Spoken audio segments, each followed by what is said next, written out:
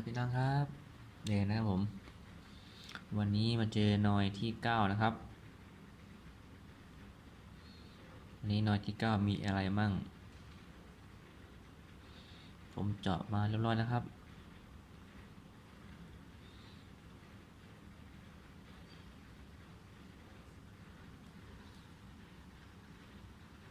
นอยที่9มี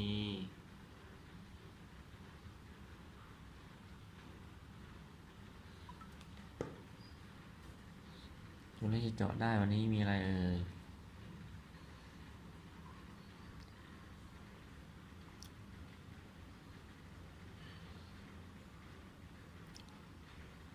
พิเศษปกติ VIP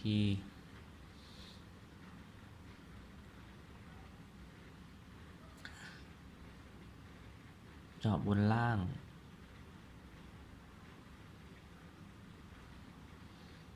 นี้ตัวเด่นตัวรองครับตัวเด่นคือ3ตัวรองคือ5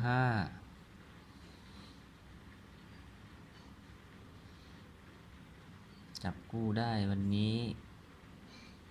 หมด3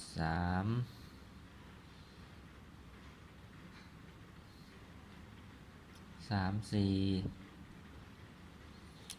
ให้ต้องวางก่อนผมจะวางเลขอ้วนไว้สักตัวหนึ่งก่อนครับ3 4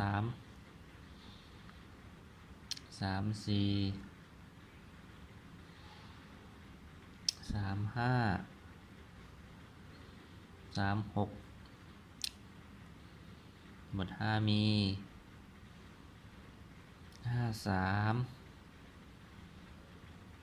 54 55แล้วก็56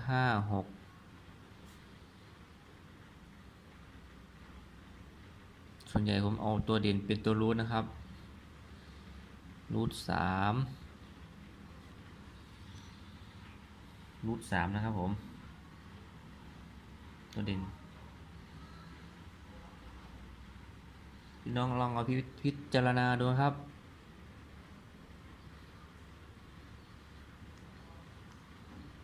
ของนี้มันไปตามสูตรมาตามสูตร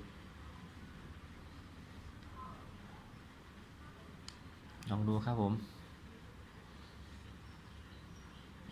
ไว้วาง3นอยครับ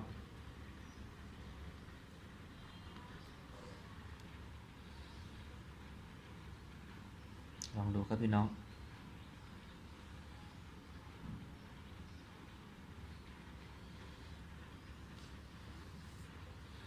ถ้าพี่น้องชอบคลิปนี้กดไลค์กดแชร์กด Subscribe ให้หน่อยครับผมเพื่อเป็นกำลังใจในทำคลิปต่อไปในการคำนวณใน